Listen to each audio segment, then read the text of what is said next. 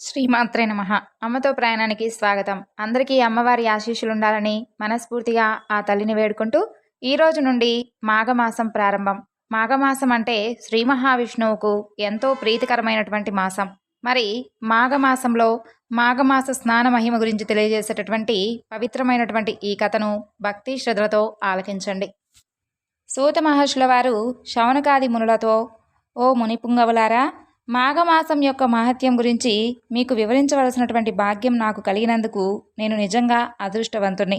కాబట్టి సావధాన మనస్కులై ఆలకించండి అంటూ ఈ విధంగా వివరించారు.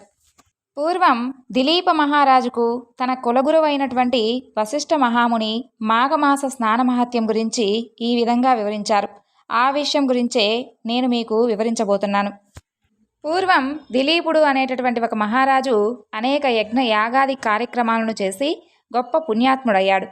అతని రాజ్యంలో ఉన్నటువంటి ప్రజలందరినీ తండ్రి వలె అన్ని విధాలా కాపాడుతూ ఉండేవాడు. ఒకనాడు ఆ రాజుకు వేట నిమిత్తమై అడవికి వెళ్ళాలి అనేటటువంటి కోరిక కలిగింది. సహజంగా ఎవరికైనా సరే మనసులో ఏదైనా ఒక కోరిక కలిగితే అది ఎలాగైనా సరే నెరవేర్చుకోవాలి అని అనుకోవడం సహజమే. ఆ విధంగానే దిలీప మహారాజు కూడా వేటకు వెళ్ళాలి అని చెప్పి నిశ్చయించుకొని వేటకు కావలసినటువంటి సమస్త వస్తువులను సిద్ధం చేసి వేట దుస్తులను ధరించి సైన్య సమేతుడై అడవికి వెళతాడు. దిలీపుడు వేటకు వెళ్ళినటువంటి ఆ అడవి క్రూర మృగాలతో నిండి ఉంటుంది. ఆ క్రూర జంతువులు సమీపమందున్నటువంటి గ్రామాలపై పడి పశువులను మనుషులను చంపి నానా బీభత్సాలు సృష్టిస్తూ ఉండేవి. దిలీపుడు ఆ అడవిలో మాటు వేసి మృగాలను చంపుతూ ఉన్నాడు. తన పరివారం కూడా ఆ మృగాలను మట్టుపెడుతూ ఉంటారు. అలా కొన్ని రోజుల వరకు ఆ అడవిలోనే ఉంటూ అనేక క్రూర జంతువులను చంపారు. ఒకనాడు ఒక మృగంపై బాణం వేస్తాడు. ఆ బాణాన్ని తప్పించుకొని ఆ మృగం పారిపోతుంది. దిలీపుడు మాత్రం పట్టు విడవకుండా దాని వెంట పరిగెడుతూ ఉంటాడు. ముందు మృగం, వెనుక దిలీపుడు. అతని వెనుక పరివారం పరిగెడుతూ ఉండగా ఆ మృగం ఒక కీకారణ్యంలోకి ప్రవేశిస్తుంది. అప్పటికీ దిలీపుడు అలసిపోయి ఉన్నందువలన దాహంచే నాలుక ఎండిపోతుంది. అలా నీటి కొరకు పరివారం అంతా కూడా వెతుకుతూ ఉంటారు. అదృష్టం కొద్దీ ఆ సమీపంలో ఒక సరస్సు కనిపిస్తుంది. దానిని చూసినటువంటి దిలీపుడు సంతోషించి ఆ సరస్సును సమీపిస్తాడు. ఆ సరస్సు అంతులేని తామర పూలతో నిండి అతి మనోహరంగా ఉంటుంది. దిలీపుడు అతని పరివారము తృప్తి తీరా నీరు తాగుతారు. గట్టుపైన ఉన్నటువంటి ఒక వటవృక్షం కింద అలసట తీర్చుకుంటూ ఉండగా దిలీపుడు వేటలో చెల్లాచెదురుగా తరిమి వేసినటువంటి పులులు, సింహాలు, అడవి పందులు మొదలైనటువంటి జంతువులు కూడా అదే సరస్సు వద్దకు వచ్చి అక్కడే చేరుతాయి. దిలీపుడు అతని పరివారం వాటిని చూసి గురిపెట్టి బాణాలను వేసి చంపివేస్తారు. దిలీపుడు సంతోషించి వాటి చర్మాలను ఒలిపించి తన నగరానికి బయలుదేరి వెళుతూ ఉంటాడు. అలా ఇంటి ముఖం పెట్టి వెళుతూ ఉన్నటువంటి సమయంలో మార్గమందు ఒక సద్బ్రాహ్మణుడు ఎదురవుతాడు. ఆ బ్రాహ్మణుడు బ్రహ్మ తేజస్సు కలిగి ప్రకాశిస్తూ ఉంటాడు. ఆ విప్రుని చూడగానే దిలీపుడు ఆగి అతనికి నమస్కరించి చేతులు జోడించి నిలబడి ఉంటాడు. ఆ బ్రాహ్మణుడు కూడా అలా క్షణమాగి ఆ రాజును గాంచి ఇతని ముఖవర్చస్సు చూడగా గుణవంతుని వలె ఉన్నాడు. ఇతనికి ఏదైనా ఉపకారం చేయడం మంచిది కదా అని మనసులో అనుకొని, మహారాజా, శుభకరమైనటువంటి ఈ మాఘమాసంలో సరస్సు దగ్గరలో ఉన్నను అందులో స్నానం చేయకుండా ఇంటికి వెళుతున్నారేమిటి? మాఘమాస మహత్యం గురించి మీకు తెలియదా అని ప్రశ్నిస్తాడు.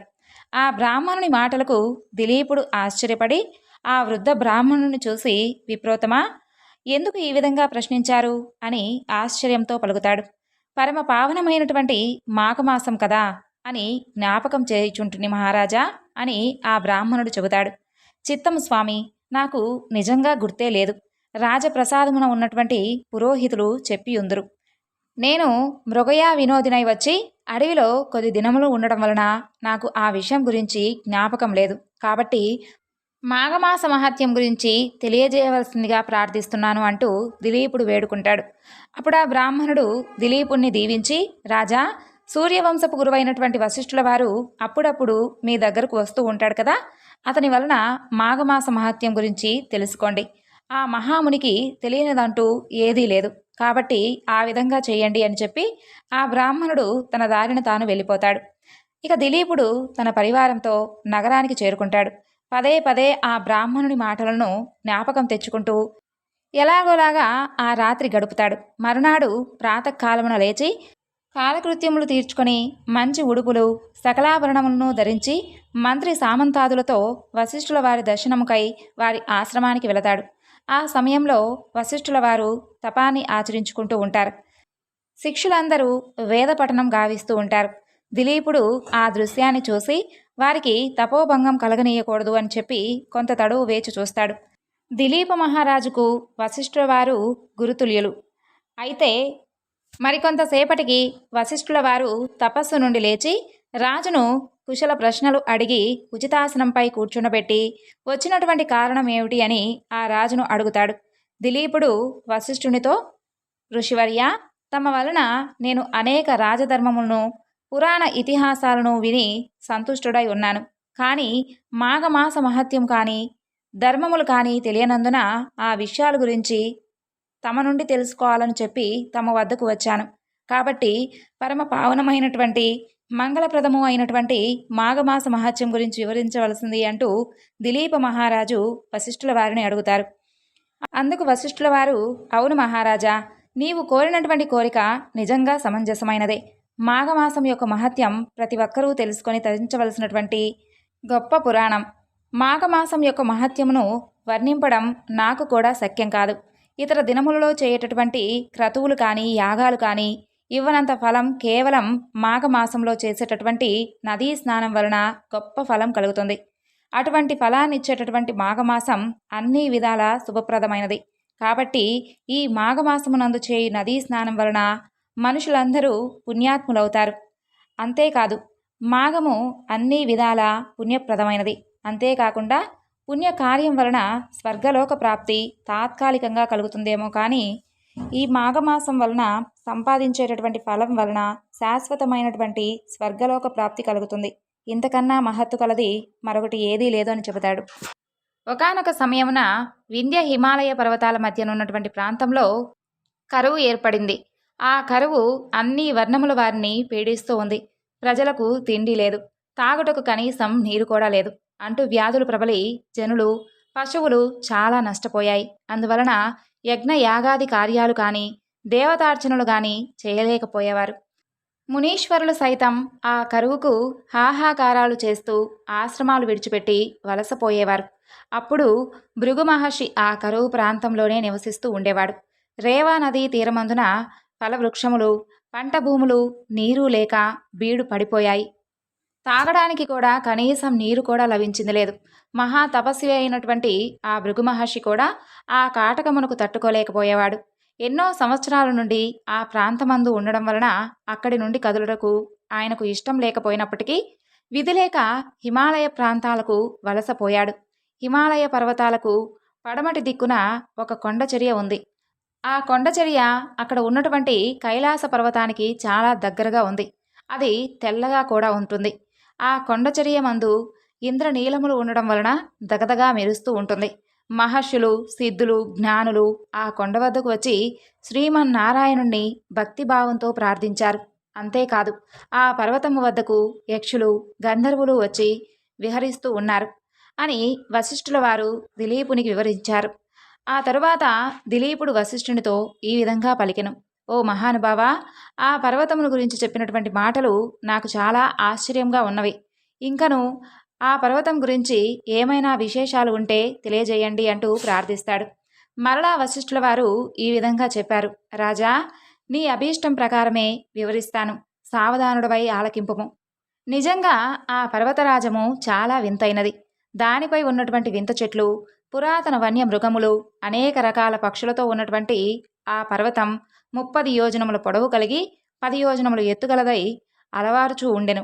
అటువంటి పర్వతం వద్దకు భృగు మహర్షి వచ్చి ఆ సుందర నయనానందకరమైనటువంటి దృశ్యాలను చూసి సంతోషించాడు. తాను తపస్సు చేసుకున్నటకు అదే మంచి అనుకూలమైనటువంటి స్థలం అని చెప్పి నిర్ణయించుకొని అక్కడ ఆశ్రమం కట్టుకొని తపస్సు చేసుకుంటూ ఉంటాడు. అలా కొంతకాలం గడిచిపోయింది. ఒకనాడు ఒక గంధర్వ యువకుడు భార్యా సమేతుడై ఆ పర్వతం మీదకు వచ్చి తపస్సు ఆచరించుకుంటూ ఉన్నటువంటి భృగు మహర్షిని గాంచి నమస్కరించి గద్గదమైనటువంటి స్వరంతో తన యొక్క వృత్తాంతం గురించి ఈ విధంగా తెలియజేసెను. ఓ భృగు మహర్షి, నా కష్టాన్ని గురించి ఏమని మీకు విన్నవించాలి? నేను పూర్వజన్మలో చేసినటువంటి పుణ్యఫలం వలన నాకు స్వర్గం ప్రాప్తించినను, పులిముఖం నాకు కలిగింది. అసలు ఏ కారణం వలన నాకు అలా కలిగిందో నాకసలు ఏమాత్రం అర్థం కావడం లేదు. ఆమె నా భార్య అయినటువంటి అతి రూపవతి, గుణవంతురాలు, మహాసాధ్వి. ఈ నా వికృత రూపం వలన ఎందుకు పనికిరాని వాడినయ్యాను. కాబట్టి ఈ రూపం నాకసలు ఎందుకు వచ్చిందో, కారణం ఏమిటో వివరించి నా మనోబాధను తొలగించండి అంటూ పరిపరి విధాలుగా ప్రార్థిస్తాడు. భృగు మహర్షి గంధర్వుని యొక్క దీనాలాపాన్ని చక్కగా ఆలకించి అతని వృత్తాంతం వినగానే ముని హృదయం కలిచివేస్తుంది. ఆ గంధర్వునికి తన శక్తి కొలది సహాయం చెయ్యాలి అని చెప్పి నిశ్చయించుకొని ఇలా పలుకుతాడు. ఓయి గంధర్వ కుమారా, నీవు అదృష్టహీనుడవు. అదృష్టహీనత వలననే నీకు ఇలాంటి కష్టదశ కలిగింది. పాపం, పేదరికం, దురదృష్టం ఈ మూడు మనుషుణ్ణి కృంగదీస్తుంది. ఈ మూడింటిని నివృత్తి చేసుకున్న వలనన్న మాఘమాస స్నానమే పరమౌషధం. అన్ని జాతుల వారు ఆచరించవలసినటువంటి పరమ పావనమైనటువంటి గొప్ప మార్గం. కాబట్టి నీవు నీ భార్యతో కలిసి ఈ పర్వతం నుండి ప్రవహిస్తూ ఉన్నటువంటి ఈ నదిలో స్నానం చెయ్యి. అదే కాకుండా ఇది మాఘమాసం కాబట్టి వెళ్ళబోయినటువంటి తీర్థం ఎదురుగా వచ్చినట్లుగా నీకు గొప్ప అదృష్టం కలిగింది. ఈ రోజుతో నీ కష్టాలన్నీ కూడా తొలగిపోతాయి. నీ మనోవాంఛ తీరిపోతుంది. భయపడవద్దు. మాఘస్నాన ఫలం గురించి వివరిస్తాను అని అంటూ ఈ విధంగా భృగు మహర్షుల వారు గంధర్వుడితో చెబుతాడు. ఆ గంధర్వుడు భృగు మహర్షి యొక్క ఉపదేశం శ్రద్ధగా విని తన భార్య కూడా మునీశ్వరుని యొక్క వచనాలను చక్కగా ఆలకించి సంతోషిస్తారు. ఆ మహర్షి చెప్పిన విధంగా గంధర్వుడు భార్య సమేతుడై అక్కడే ప్రవహిస్తూ ఉన్నటువంటి నదిలో స్నానం చేస్తాడు. వెంటనే తనకు ఉన్నటువంటి పెద్ద పులి ముఖం పోయి తేజోవంతమైనటువంటి సుందరమైనటువంటి ముఖంతో ప్రకాశిస్తూ ఉంటాడు. ఆ గంధర్వ దంపతులు అమితానందం పొందుతారు. ఆ తరువాత వారిద్దరూ కలిసి భృగు మహర్షి వద్దకు వచ్చి సాష్టాంగ నమస్కారం చేస్తారు. భృగువు వారిని దీవించి అక్కడి నుండి పంపించివేస్తాడు. ఈ విధంగా గంధర్వ యువకుని యొక్క చరిత్రమును వశిష్ఠుల వారు దిలీపు మహారాజుకి చక్కగా వివరిస్తారు. వివరించి, వింటివా రాజా, గంధర్వ కుమారుని యొక్క వృత్తాంతం గురించి విన్నావు కదా. మాఘమాసంలో పుణ్య నదులయందు స్నానాన్ని ఆచరించిన వారికి ఎలాంటి ఫలితం కలుగుతుందో ఒక్కసారి నువ్వే ఊహించుకో అని వశిష్ఠుల వారు దిలీప మహారాజుకు మాఘమాస స్నాన మహత్యం గురించి ఈ విధంగా తెలియజేశారు. ఇప్పుడు వెంకటేశ్వర స్వామి వారి యొక్క ప్రియభక్తుడైనటువంటి అనంతాళ్వార్ గురించి తెలుసుకుందాం. అతను శ్రీరంగంలో ఉండేవారు. తిరుమలలో స్వామివారి పూజకు పువ్వులు లేవని అతనికి తెలియడం వలన భార్యను తీసుకొని తిరుమలకు వస్తాడు. తిరుమల మాడ వీధులలో సమీపంలో అందమైనటువంటి పువ్వుల తోటను వేసి రకరకాల పూల మొక్కలను పెంచుతూ ప్రతిరోజు అందమైనటువంటి పూలమాలను కట్టి వెంకటేశ్వర స్వామివారి ఆలయంలోకి పంపిణీ చేయాలి అనేది ఆయన కోరిక. అందుకు తగినంత స్థలం ఎంచుకొని నీటి కోసం బావి తవ్వడం మొదలు పెడతాడు. ఆయన భార్య అప్పుడు గర్భిణి. భగవంతుని సేవ కాబట్టి తనే కష్టపడి చేసేందుకు భార్యాభర్తలు ఇద్దరూ సిద్ధమై ఉంటారు. ఎవ్వరి సహాయం లేకుండా వారిద్దరే కష్టపడుతూ ఉంటారు. అయితే అది చూడలేక స్వామివారు ఒక పిల్లవాని రూపంలో వచ్చి సహాయం చేస్తాను అంటే ఆయన వద్దు అని చెప్పి అక్కడి నుండి పంపించేస్తాడు. అనంతాళ్వార్ గడ్డపారతో గుంత తీసుకొని అక్కడ ఉన్నటువంటి ఆ మట్టిని తట్టలో వేసి భార్యకు ఇస్తూ ఉంటాడు. ఆమె ఆ మట్టిని దూరంగా తీసుకుని వెళ్ళి అక్కడ పడవేసి వస్తూ ఉంటుంది. అది చూడలేక పిల్లవాడి రూపంలో ఉన్నటువంటి స్వామివారు ఆమెకు అడ్డు వచ్చి, అమ్మా, నీవు ఇప్పుడు బరువు ఎత్తుకోకూడదు. ఆయన ఎంత చెప్పినా వినడం లేదు. మీరు కొంత దూరం తెచ్చి నాకు ఇవ్వండి. నేను అక్కడ పడేసి వస్తాను. నీ బిడ్డలాంటి వాడినమ్మా, కాదనవద్దు అని అంటాడు. అలా ఆమె కొంచెం దూరం తెచ్చి ఆ పిల్లవాడికి ఇస్తే అతను ఆ మట్టిని దూరంగా తీసుకెళ్ళి పడేసి వస్తూ ఉంటాడు. పనిలో మునిగిపోయినందువలన అనంతాళ్వార్ అదంతా గమనించలేదు.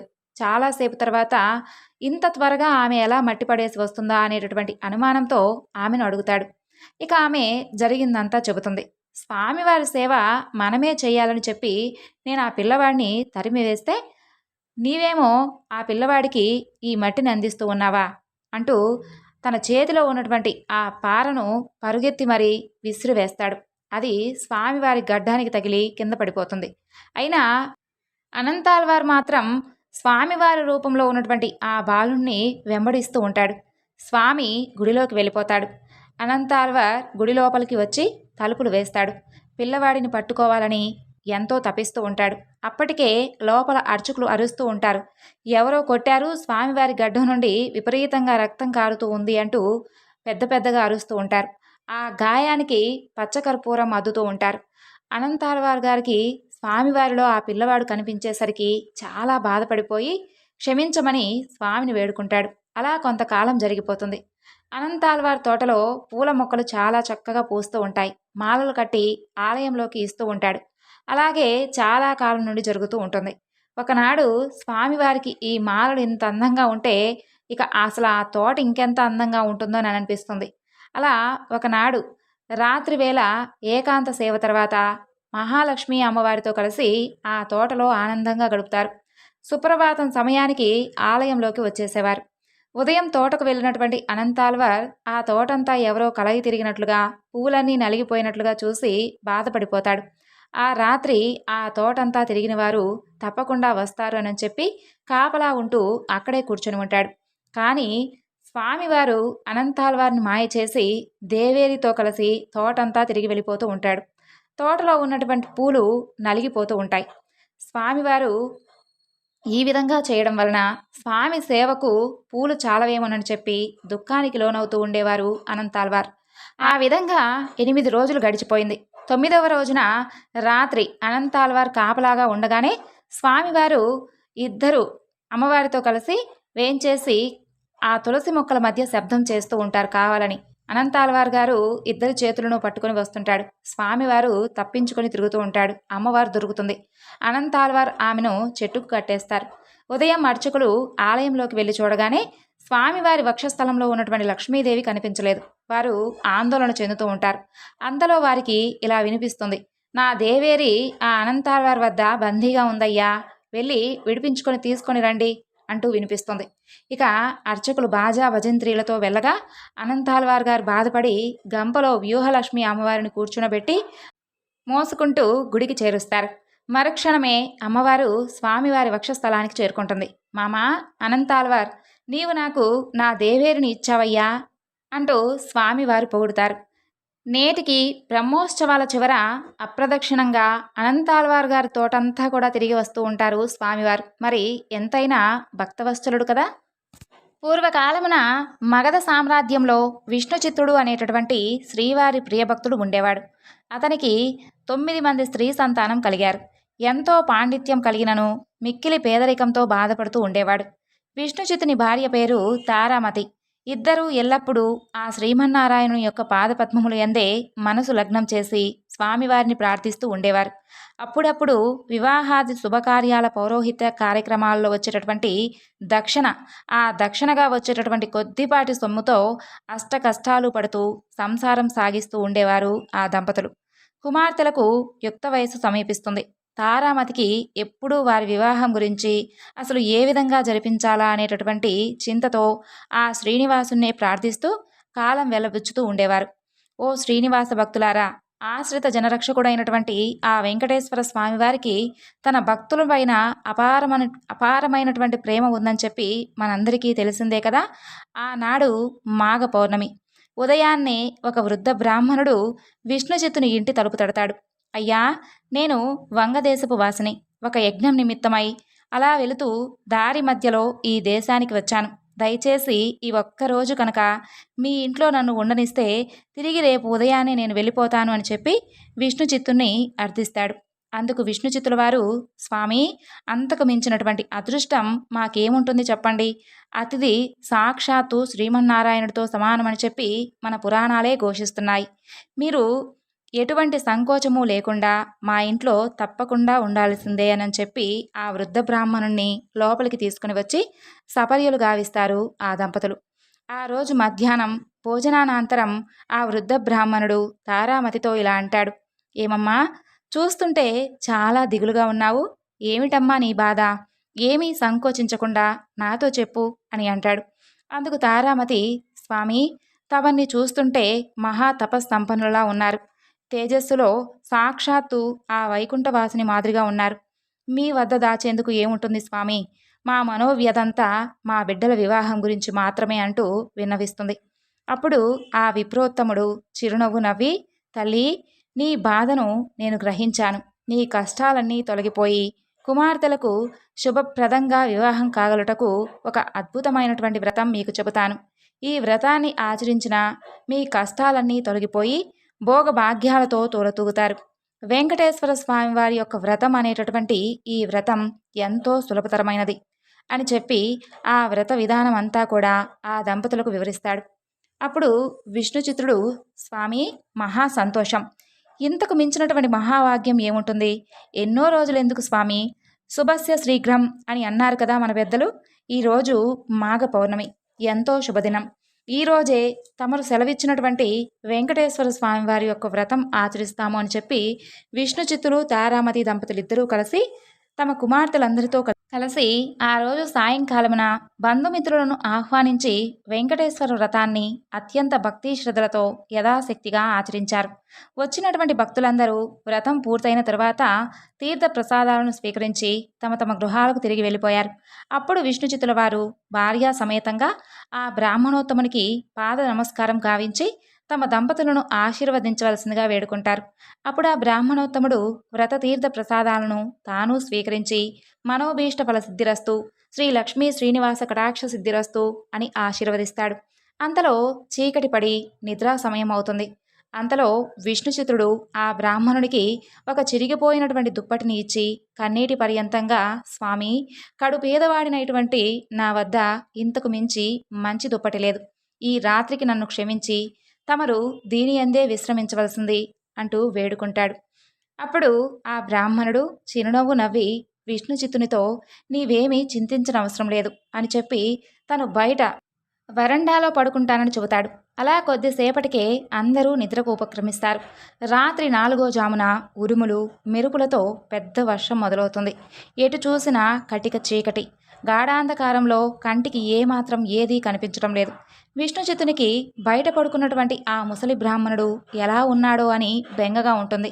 కానీ ఈ గాఢాంధకారంలో ఏమీ కనిపించక ఎప్పుడెప్పుడు తెల్లవారుతుందా అంటూ ఆ రాత్రి ఎలాగోలా గడుపుతారు. ఇక అంతలో తెల్లవారిపోతుంది. వాన తేలిక పడుతుంది. బయట ఉన్నటువంటి ఆ బ్రాహ్మణుడు ఏమయ్యాడో అంటూ ఎంత బాధపడుతున్నాడో అని అనుకుంటూ బయటకు వచ్చినటువంటి ఆ దంపతులకు అద్భుతం, ఆశ్చర్యం కనిపిస్తుంది. అక్కడ విప్రోత్తముడు లేడు. చిరిగినటువంటి దుప్పటి స్థానంలో పట్టు పీతాంబరం కనిపిస్తుంది. ఆ పీతాంబరంపై వెంకటేశ్వర స్వామివారి విగ్రహం చిరునవ్వుతో కనిపిస్తుంది. జరిగినదంతా ఆ దంపతులకు అర్థమవుతుంది. వారి ఆనందానికి అవధుల్లేవు. వచ్చింది సాక్షాత్తు ఆ శ్రీమన్నారాయణుడే. ఆహా, ఏమి మన భాగ్యం! ఎన్నో జన్మల పుణ్యఫలం! ఆ స్వామివారిని మనం తెలుసుకోలేకపోయామే అంటూ ఎంతో చింతిస్తారు. చివరికి చినిగినటువంటి దుప్పటిని స్వామికి ఇచ్చానే అని అంటూ స్వామివారి విగ్రహాన్ని కళ్ళకత్తుకొని ఇంట్లోకి వస్తారు. ఇల్లంతా స్వర్ణమయంగా కనిపిస్తుంది. అంతా ధనరాశులే. ఆహా, వెంకటేశ్వర స్వామి వారి యొక్క వ్రతకల్ప మహత్యం వలన కదా మనకు ఇదంతా జరిగింది అంటూ ఆ స్వామిని అనేక విధాలుగా స్తుతిస్తారు. చూసారా, సాక్షాత్తు స్వామివారే ఆ భక్తుని ఇంటికి ఒక అతిథి రూపంలో వచ్చి వ్రత విధానం గురించి చెప్పడమే కాకుండా తీర్థ ప్రసాదాలను కూడా తానే స్వయంగా స్వీకరించారు. స్వామివారు అంతటి కరుణామయులు. ఎవరైతే భక్తి శ్రద్ధలతో స్వామివారి వ్రతాన్ని ఆచరిస్తారో వారింటికి తానే స్వయంగా ఏదో ఒక రూపంలో తప్పక వస్తానని స్వామివారే స్వయంగా చెప్పారు. మనందరిపై కూడా ఆ స్వామివారి కరుణా కటాక్షాలు ఉండాలని మరొక్కసారి ఆ స్వామిని వేడుకుంటూ ఈ వివరణను ఇంతటితో పూర్తి చేస్తున్నాను. సర్వం శ్రీ లలితార్పణమస్తు. స్వస్తి.